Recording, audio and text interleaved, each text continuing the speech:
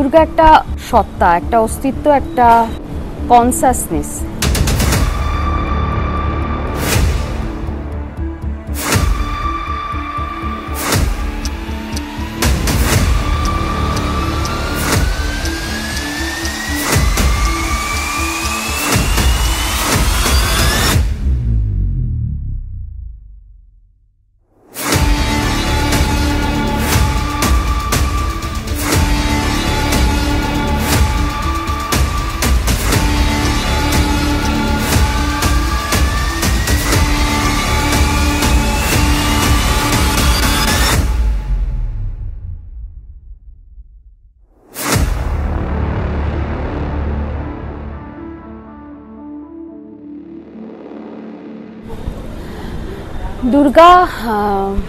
দুর্গা শুধু আমরা যদি মাইথোলজির একটা ক্যারেক্টার নয়, শুধু দুর্গা একটা সত্তা, একটা অস্তিত্ব, একটা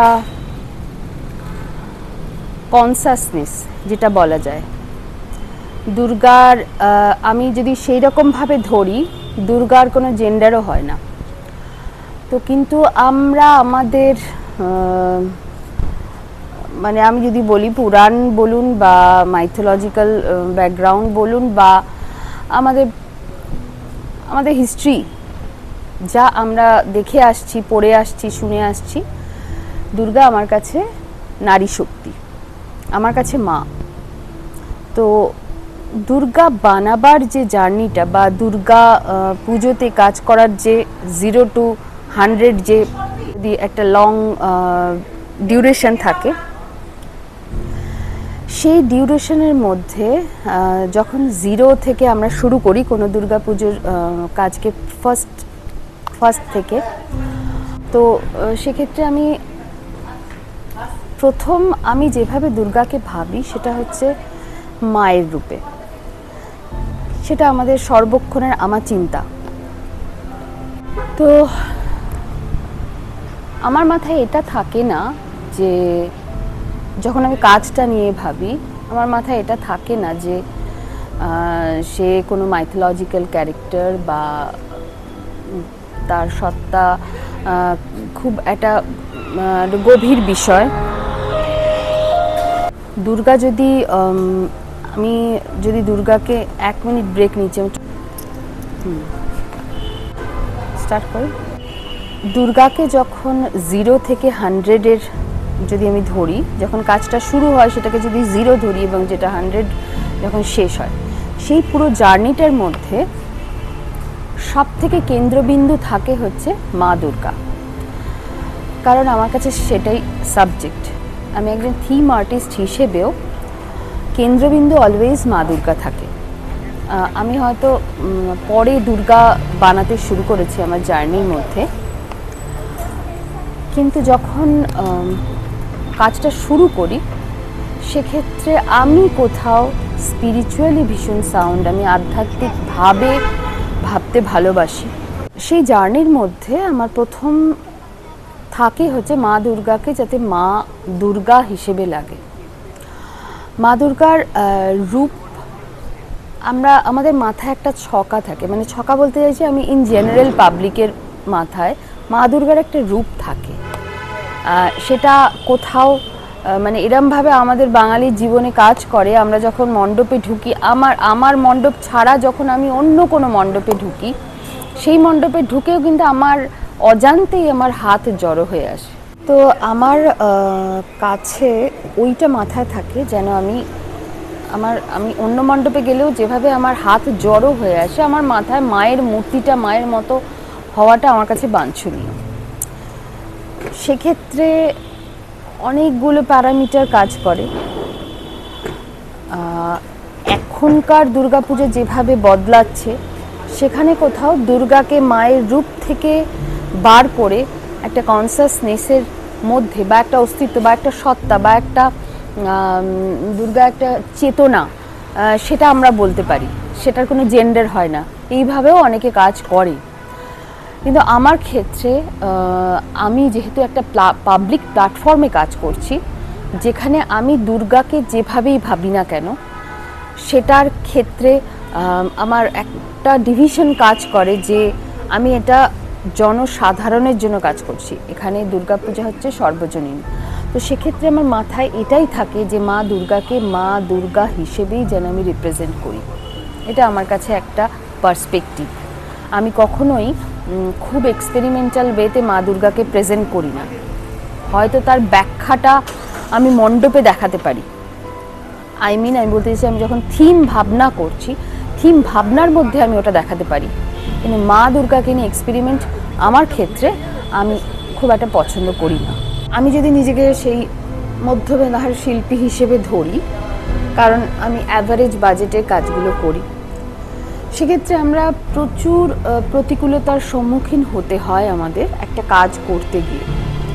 প্রিলিমিনারি ক্ষেত্রে প্রথম যেটা হয়, আমার ডিজায়ার যে বাজেটটা থাকে সেটা সবসময় আমরা পাই তা নয়। অনেক সময় বাজেটে বিশাল কম্প্রোমাইজ হয়। কোনো সময় তৈরি হয় বাজেট আমাকে এটা বলা হলো, কিন্তু যখন কাজটা শুরু হলো তখন দেখলাম তার সঙ্গে হেল অ্যান্ড হেভেন ডিফারেন্স। আমি বাজেট মাথায় রেখে একটা কাজের প্ল্যান করলাম, আমি একটা উডে কাজ করতে চাইছি, উড ফর্মে বা মেটেরিয়ালটা উড, সেখানে দেখলাম আমি উডটা ঠিক সময় পেলাম না। কিন্তু কাজ করতে গেলে আমাকে তখন, যখন আমি সেই জায়গাটায় আমি রাজি হয়ে যাচ্ছি বা আমি তখন সেই জায়গাটায় কাজ করার জন্য আমি অলরেডি নেমে পড়েছি, সেখানে তখন আমার একটাই উদ্দেশ্য থাকে, সেটা হচ্ছে কাজটাকে কমপ্লিট করব। সেক্ষেত্রে আমার উডকে ট্রান্সফর্ম করে চলে যেতে হয় একটা সস্তার কোনো মিডিয়াম, ধরুন মানে আঁকাতে চলে যাচ্ছি। তো সেক্ষেত্রে আমার যে ভাবনা বা আমার যে প্ল্যানিং, তাতে অনেক কম্প্রোমাইজ হয় আমাদের। মানে একটা এরকমও হয়েছে আমার এবছরের অভিজ্ঞতায়, মানে একটা কাজ কম্প্রোমাইজ হতে হতে হতে হতে কি ছিল আর কি দাঁড়িয়ে গেল আমি নিজেই চিনতে পারছি না, এরকমও হয়েছে। সেটা অনেক ক্ষেত্রে ম্যানেজ করা যায় যদি হাতে সময় থাকে, আর অনেক ক্ষেত্রে ম্যানেজ করা যায় না যখন হাত থেকে সময়টা বেরিয়ে যায়। তখন যদি সবাই মানে শেষ মুহূর্তে এসে লাখ লাখ টাকাও দিয়ে দেওয়া যায়, তখনও কাজ হয় না, কারণ আমি সঠিক সময়ে সঠিক মেটেরিয়াল এবং সঠিক পার্সন চুজ না করার জন্য একটা অত্যন্ত নিম্নমানের একটা কাজ করতে বাধ্য হই। তো এক্ষেত্রে আমাদের এরকম অভিজ্ঞতা অনেক আছে, কোনো সময় বেশি কোনো সময় কম। কিন্তু আবার এটাও আছে যেখানে হয়তো কিছু ক্লাবরা আছে যারা আমি যেটা ভাবছি সেটা করবার জন্য বা সেই মিডিয়ামটাকেই অ্যারেঞ্জ করার জন্য তারা মরিয়া হয়ে যায়, এটাও আমার নজরে আছে। তো দুটো দিকই এখানে আছে, কিন্তু তবুও কাজ এইভাবেই হয় এবং কোনো সময় বিশাল কম্প্রোমাইজ হয়ে যায়। যেহেতু আমি একজন সেলফ টট আর্টিস্ট, আমার না মানে আমার কোনো ডিগ্রি ডিপ্লোমা নেই কোনো আর্ট রিলেটেড, কিন্তু আমার যেটা আছে সেটা হচ্ছে আমি মনে করি আমার ভগবান প্রদত্ত একটা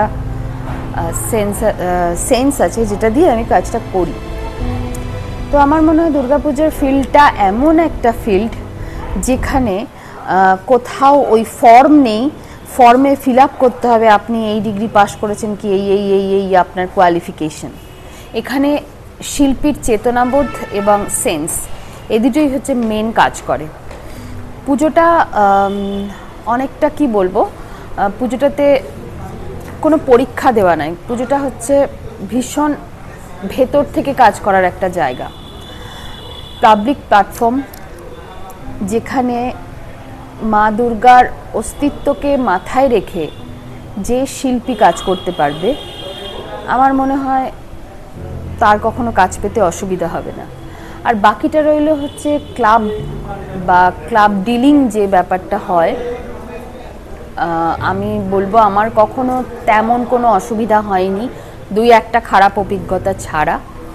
কিন্তু এছাড়াও যে আরও অন্য অনেক ফিল্ড আছে সেখানেও আমরা অনেক খারাপ অভিজ্ঞতার সম্মুখীন হই কাজ করতে গিয়ে, অতএব মানে সেটাকে অ্যাকসেপ্ট করে কাজ করাটা আমার মনে হয় না খুব একটা প্রবলেমেটিক। এবং আমার মনে হয় অনেকের এগিয়ে আসা উচিত যারা মানে আর্ট কলেজের লোকও নয়, কারণ আমাদের এই ফিল্ডে প্রচুর মানে আমার সিনিয়র শিল্পীরা আছেন এবং জুনিয়ররাও আছে যারা নন আর্ট কলেজ, তো তারা তো খুব ভালোভাবে কাজ করছে এবং স্বীকৃতিও পাচ্ছে। অতএব এটা একটা খুব ওপেন প্ল্যাটফর্ম যেখানে নিজের আর্ট ফর্মকে ফুটিয়ে তোলার জন্য একটা স্বাধীনতা থাকে নিজের। তো আমার মনে হয় এটা কোনো অসুবিধা হওয়াই উচিত না।